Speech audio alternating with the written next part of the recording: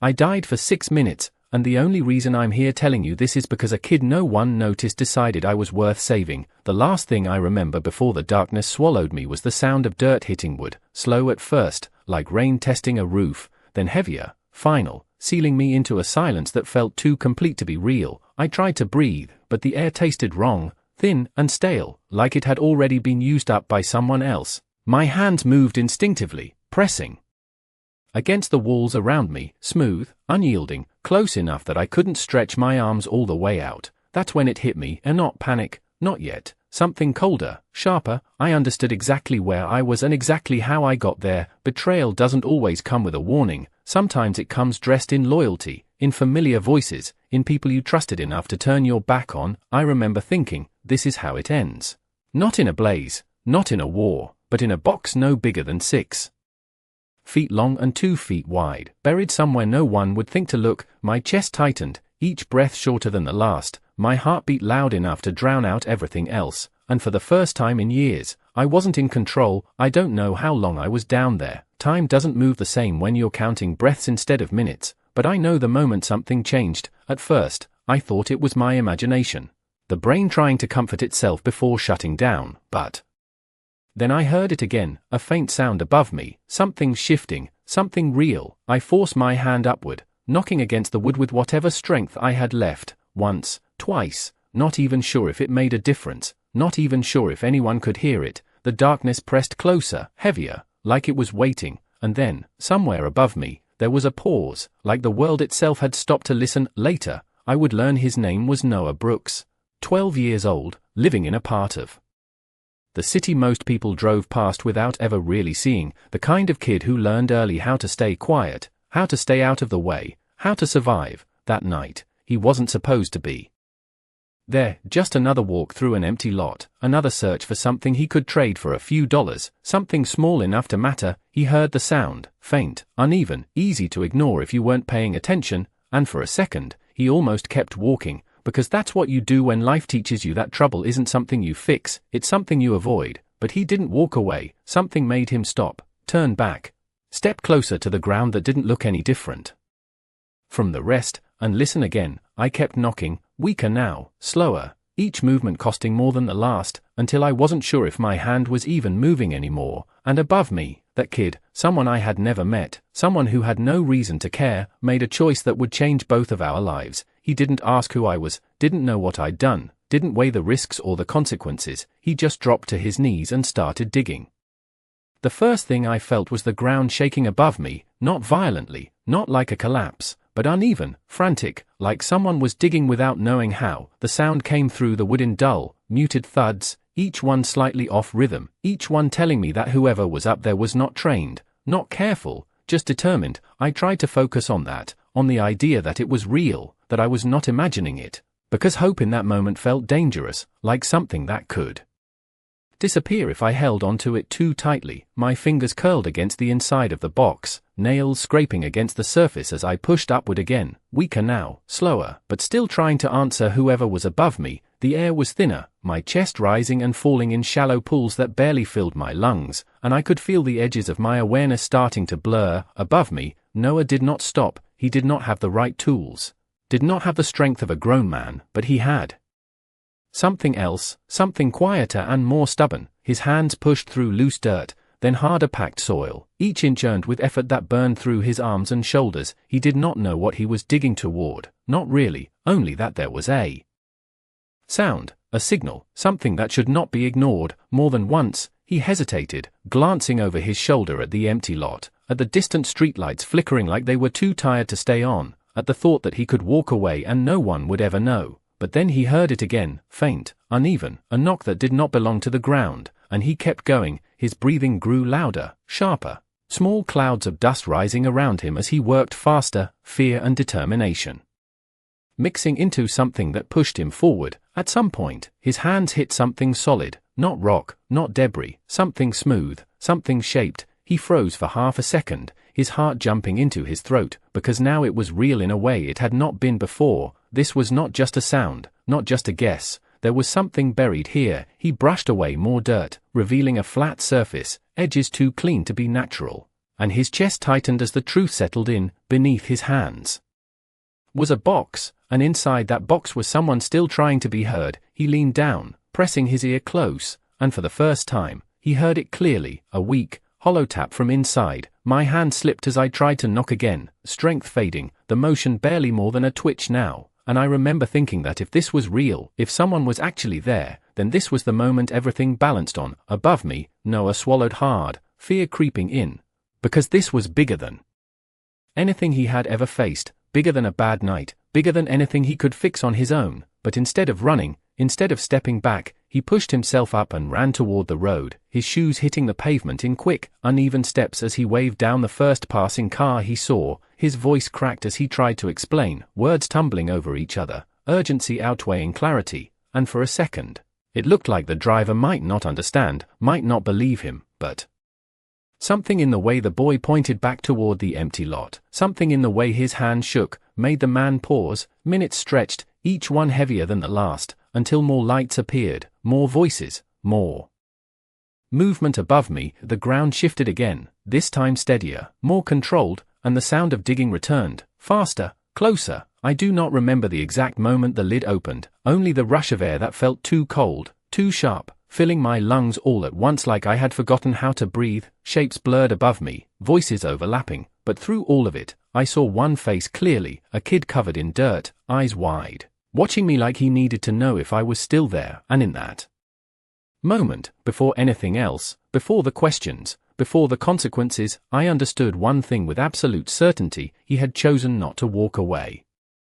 I remember the cold before I remember the voices, the kind of cold that settles into your bones and makes everything feel distant, like your body is no longer entirely yours. Hands were on me, steady but careful, lifting, checking, speaking in tones that blurred together into something I could not fully understand, and for a moment I let myself drift because it was easier than trying to hold on. But then I heard him again, not the digging this time, not the frantic movement, just his breathing. Uneven and close, like he was still right there, still watching to make sure I did not disappear. I forced my eyes open, the light above me too bright, too sharp, cutting through the haze, and shapes came into focus slowly, figures moving, someone calling for more help, someone asking questions I could not answer yet, but I was not looking at them, I was looking at the kid. Noah stood a few feet away, shoulders tense, hands still covered in dirt, like he had not realized yet that he could stop.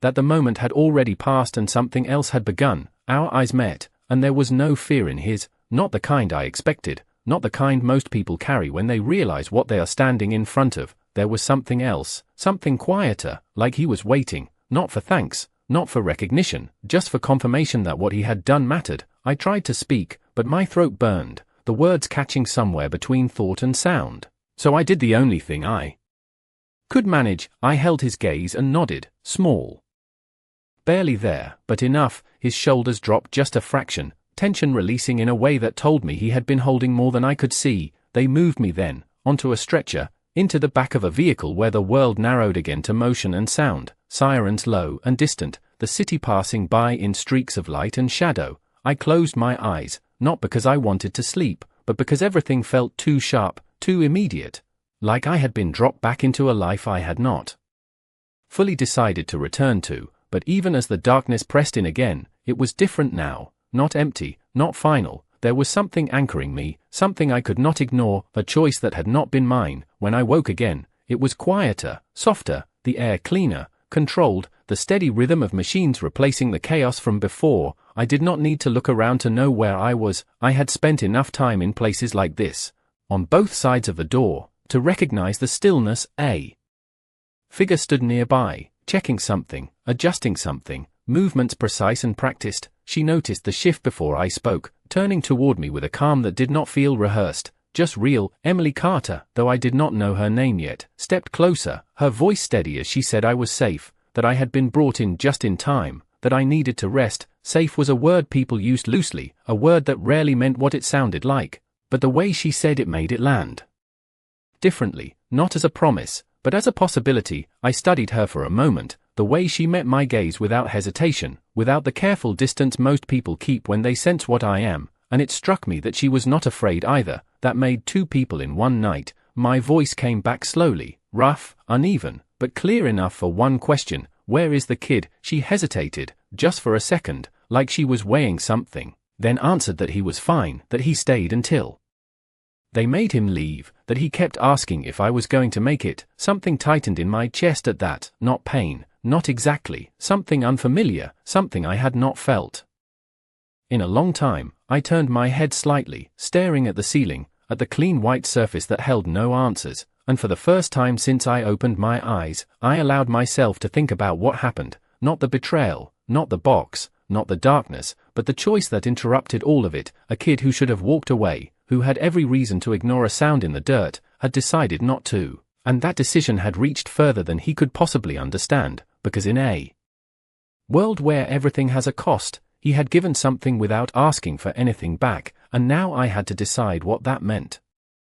I have built my life on knowing what things mean, on reading the smallest details and turning them into decisions that keep me alive, but this was different, because no matter how many times I replayed it in my head, I could not make it fit into anything I understood. People do not help without a reason, not in my world, not without expecting something in return, and yet that kid had walked into the dark, heard something that could have meant danger, and chose to move closer instead of away.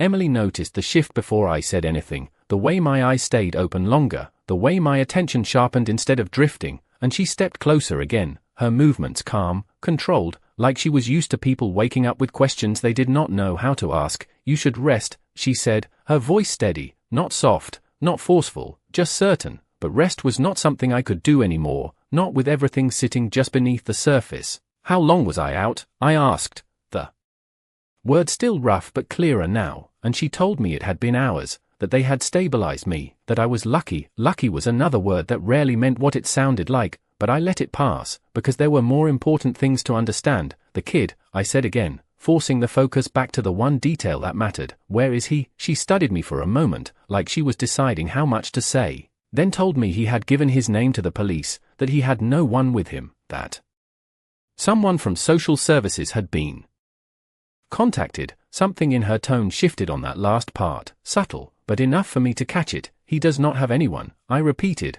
more to myself than to her, and she did not correct me. That told me everything I needed to know. I turned my head slightly, the movement still costing more than it should, and stared at the window across the room, the city beyond it blurred by distance and glass, familiar and distant at the same time. There were systems in place for kids like him, structures designed to help, to protect, but I had seen enough to know how easily those systems failed, how often people slipped through them unnoticed. Emily followed my gaze, then looked back at me, something unreadable in her expression. "You are thinking too much for someone who just woke up," she said, and there was a hint of something else there, something like challenge, like she was not going to let me disappear into my own head without a response. I shifted my attention back to her, meeting her eyes fully this time, and for a moment neither of us spoke. "You do not know me," I said finally, not as a warning, not as a threat, just a fact, and she held my gaze without hesitation. "I know enough," she replied, her voice even. "You asked about the kid before you asked about yourself.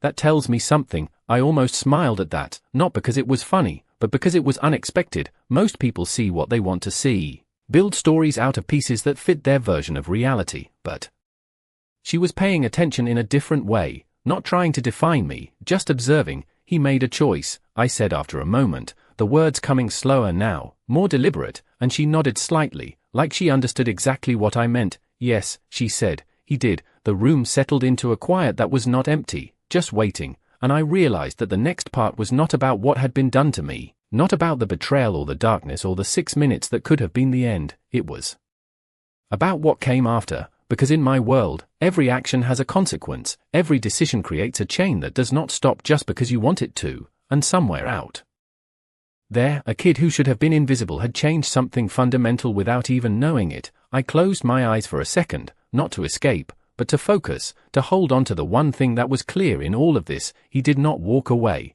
and because of that, neither would I.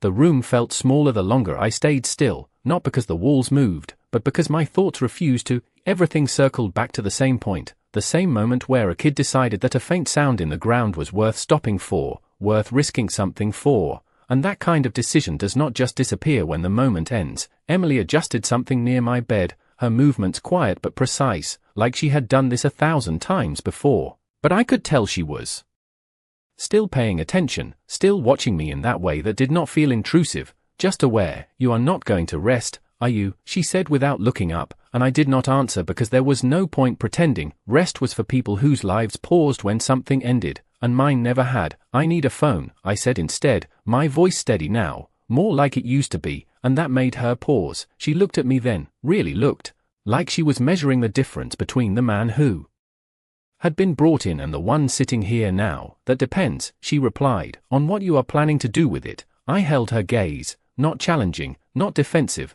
just direct. "Find someone," I said, and that was true, even if it was not the whole truth. She hesitated for a second longer, then reached into the drawer beside the bed and placed a phone within reach. "5 minutes," she said, and there was something unspoken in that limit. Something like trust mixed with caution. I nodded once and picked it up, the weight familiar, grounding in a way nothing else had been since I woke up. The number I dialed was not saved, it never needed to be, and it only rang once before the line connected. There was a pause on the other end, a silence that stretched just long enough to say everything without words. "You are alive," the voice said finally, controlled, careful, and I could hear the shift underneath it, the calculation already beginning. "For now," I replied, keeping it simple, because anything more would come later. "I need information," I continued, "a name, a location, everything you can find on a kid named Noah Brooks, around 12 years old, no family, picked up last night." Another pause, shorter this time. "Understood," the voice said, and I ended the call without another word. Emily watched me the entire time, not interrupting, not reacting, just taking it in. "You have people," she said after a moment, not a question, just an observation. "Everyone has people," I replied, setting the phone down. "The difference is what they are willing to do." She did not respond right away, and when she did, her voice was quieter, more thoughtful. "And what are you willing to do?" The question hung there, simple on the surface, but heavier than it sounded. I leaned back slightly, feeling the edge of fatigue trying to pull at me again, but I did not let it take hold. "He made a choice."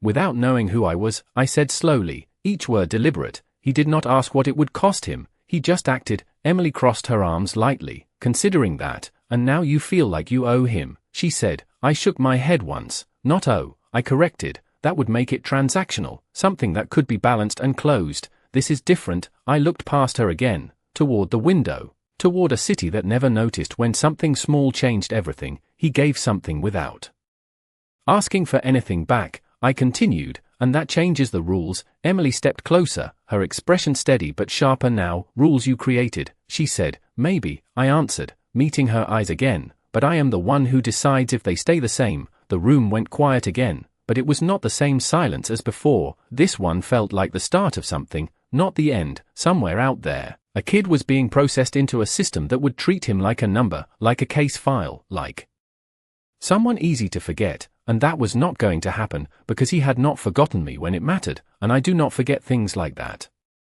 Time moves differently when you are waiting for an answer you cannot control, every second stretching just enough to remind you that something important is happening somewhere else without you. I kept my eyes on the phone even after I set it down, like it might ring faster if I did not look away. And Emily noticed. Of course she did, because she noticed everything. "You trust them," she said, not as a challenge this time, more like she was trying to understand the structure of something she could not see. "I trust results," I replied, because trust was never about people. It was about patterns, about knowing what someone would do when it mattered. She nodded slightly, like that made sense to her even if she did not agree with it, and then she stepped back just enough to give me space without leaving entirely. The room settled again, but the stillness did not last long. The phone vibrated once against the table, sharp, precise, and I picked it up before the second vibration could finish. "Go ahead," I said, and the voice on the other end did not waste time. "Noah Brooks, 12 years old, no official guardian on record, bounced between temporary housing for the past 2 years, currently being processed through a downtown intake center, the kind of place designed to move people along, not to hold them." I closed my eyes for half a second, picturing it, the fluorescent lights, the long chairs, the paperwork that reduced lives to lines and boxes. "Any immediate threats?" I asked, keeping my tone even, because panic never solved anything. "Nothing."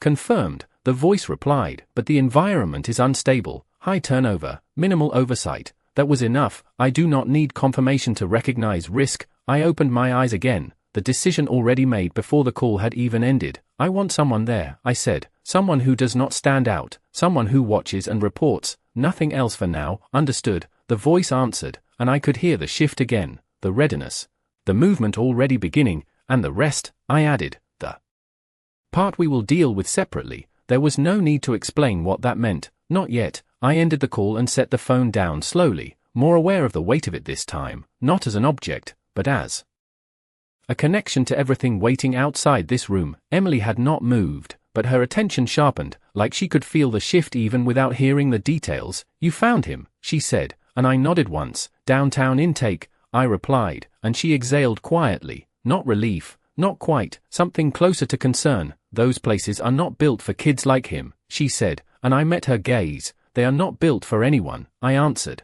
And we both knew that was true. She stepped closer again, her expression more direct now, less observational. What happens next? She asked. I leaned back slightly, letting the question settle before answering, because the truth was not something most people were comfortable hearing. I make sure he is not invisible again, I said, simple, clear, and final. Emily held my gaze for a long moment, like she was weighing the words, measuring what they meant beyond the surface, and the people who put you there. She added, her voice steady but sharper now. What happens to them? I did not answer right away, not because I did not know, but because that part belonged to a different conversation, a different version of me that I had not fully decided on yet. One thing at a time, I said finally, and that was enough for now. She studied me for another second, then nodded slightly, like she understood that pushing further would not change anything. The room fell quiet again, but it was not empty, not passive. Something had started moving, lines connecting.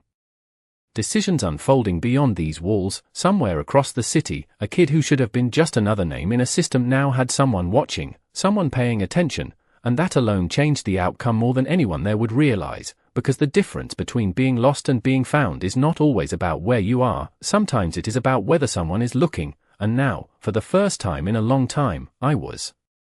The city does not change just because one story shifts. It keeps moving, lights turning on and off, people passing each other without looking twice, systems doing exactly what they were built to do, and somewhere in the middle of all that, Noah sat in a plastic chair that had seen too many nights like this, his feet barely touching the floor, his hands cleaner now but still carrying the memory of dirt under his nails. The intake center smelled like something artificial trying too hard to cover what was really there, and the voices around him blended into a low, constant hum of instructions, questions, names being called and forgotten just as quickly. He kept looking toward the door, not because he expected someone, but because part of him had not caught up with what had happened yet, had not fully accepted that he had stepped into something bigger than himself and then been pulled away from it. Across the room, a man sat with a newspaper folded neatly in his hands, unread, his posture relaxed in a way that looked ordinary if you did not know what to look for, but his eyes moved with purpose, tracking, observing, never lingering long enough to draw attention. He had been there for 20 minutes, long enough to understand the rhythm of the place, the way staff rotated, the way kids came in and out, the gaps where things could be missed. His phone buzzed once, subtle, controlled, and he glanced down just long enough to read the message before returning his attention to the room. Subject confirmed, stable, no immediate interference. I read the update in silence, letting the words settle into place, each one confirming what I already knew, that Noah was where he should not be, in a system that would not see him the way he needed to be seen. Emily stood near the window again, arms loosely crossed, watching me in that same way she had since the beginning, like she was trying to understand a language she had never learned. You are somewhere else right now, she said, and I did not deny it. I nodded slightly, my focus still half on the screen, half on the picture forming in my head. He is sitting in a room that will not remember him tomorrow, I said. And she followed the thought without asking how I knew. That is how those places work, she replied quietly. I set the phone down again, slower this time, more deliberate, because now it was not just about knowing where he was, it was about what came next. The line between observation and action is thin, and once you cross it, there is no going back to pretending you are not involved. Emily stepped closer, her voice softer but more direct. And you are about to cross it, she said. I looked at her, really looked this time, taking in the steadiness in her expression, the way she did not flinch from the weight of what she was asking. He already crossed it, I answered, meaning Noah, meaning the moment he chose to stay instead of walk away. This is just the response. She held my gaze for a second longer, then nodded once, like she understood that this was not something that could be stopped with a conversation. Across the city, Noah shifted in his seat as his name was called, his head lifting slightly, attention snapping into place as he stood and followed a staff member down a narrow hallway, his steps quiet, measured, like he had learned to move without drawing attention. The man with the newspaper folded it carefully and stood as well, not following directly, just adjusting his position, keeping the line of sight without closing the distance. Everything remained calm, controlled, exactly as it should be, but beneath that surface, something had already changed, because for the first time since he walked into that building, Noah was not alone in a way that mattered, and for the first time in a long time, I was not watching something important happen without deciding to be part of it. There is a moment in every system where everything looks routine on the surface, forms being filled, names being called, doors opening and closing on schedule, and yet something beneath it shifts just enough to change the outcome without anyone noticing. Noah followed the staff member down the hallway, his steps quiet, his eyes moving without turning his head, taking in details the way kids like him learn to do early, where the exits are, who is paying attention, who is not. The hallway smelled like disinfectant and old paint, the kind of place that tries to feel temporary but ends up trapping people longer than it should. He was led into a small office with a desk, 2 chairs, and a clock on the wall that ticked louder than it needed to, marking time in a way that felt heavier than minutes. The staff member spoke in a practiced tone, asking questions that had been asked before: name, age, any relatives, any place he could go, and Noah answered simply, without adding anything extra, because experience had taught him that more words did not always mean better outcomes. Across the building, the man who had been watching adjusted his position again,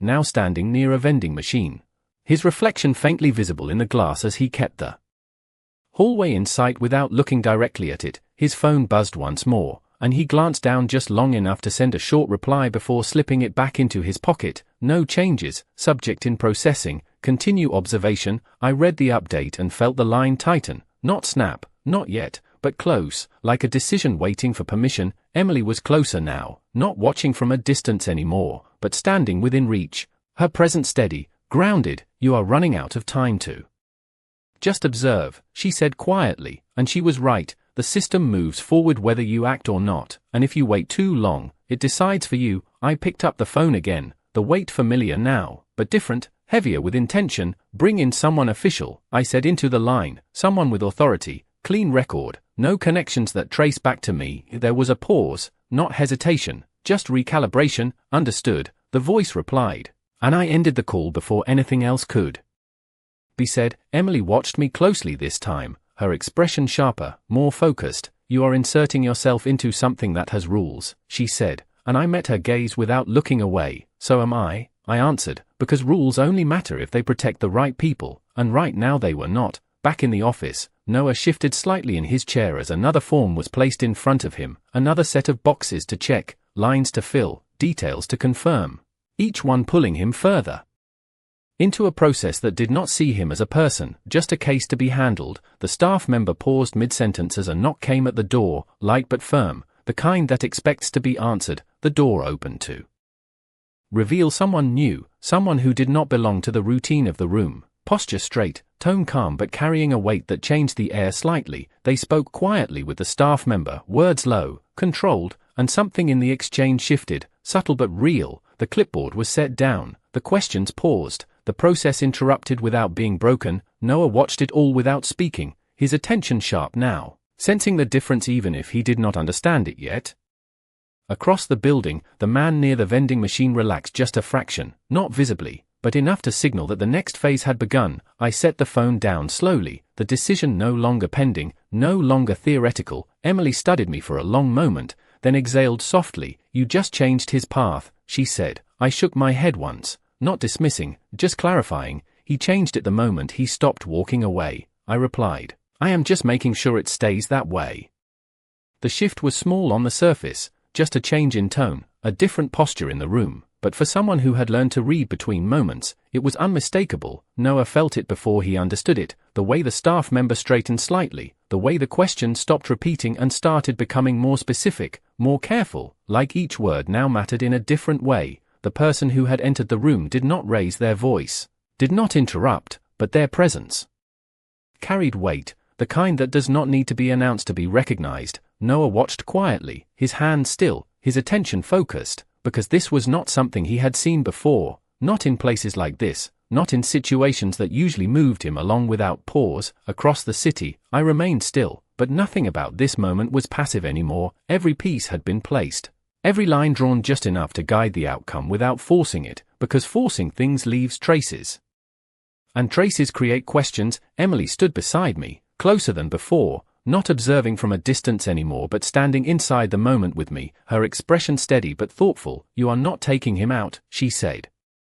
Not a question, more like she was confirming what she had started to understand. "No," I replied, my voice even, "because removing him would solve nothing, it would only create a different kind of problem." "Then what?" she asked. I kept my gaze forward, not on her, not on anything specific, just on the idea of what came next. "I make sure the system sees him," I said, "not as a file, not as a number, but as someone who cannot be overlooked." She let that settle for a moment, then nodded slightly, like she could see the difference between control and intention. Back in the office, the conversation had shifted completely now, the clipboard set aside, the routine replaced by something more deliberate, more precise. Noah answered the new questions the same way he had answered the others, simply, honestly, without expecting anything from it, because expectation had never been part of how he moved through the world. But this time, the responses were not just recorded, they were considered, weighed, placed into a different context that changed what they meant. The person who had entered the room nodded once, a small gesture, but enough to set the next step in motion. Arrangements were discussed, options that had not been on the table before, pathways that did not end in the same place they had a few minutes earlier. Noah did not fully understand it, not yet,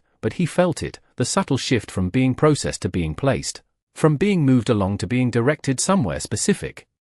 Across the building, the man who had been watching allowed himself a brief pause, a stillness that signaled completion rather than waiting. The message he sent was short, precise, finished, subject secured, transition in progress. I read it once, then set the phone down without responding, because there was nothing left to direct, nothing left to adjust. The outcome had been set in motion, and now it would carry itself forward. Emily studied me for a long moment, then spoke quietly. "You did not change everything," she said, and I nodded once. "No," I agreed, because that was not the point. "I just made sure one thing did not stay the same." She held my gaze, searching for something, maybe a reason, maybe a boundary, maybe a version of me she could define. But some things are not that simple. I leaned back slightly, the weight of the room different now, lighter in a way that had nothing to do with recovery and everything to do with clarity. Somewhere across the city, a kid who should have been invisible was being seen, not because the world had changed, but because one decision had forced it to, and that is the part most people miss. The part they underestimate. It is never the system that starts the change, it is always the moment someone refuses to walk away. I closed my eyes for a second, not to rest, not to escape,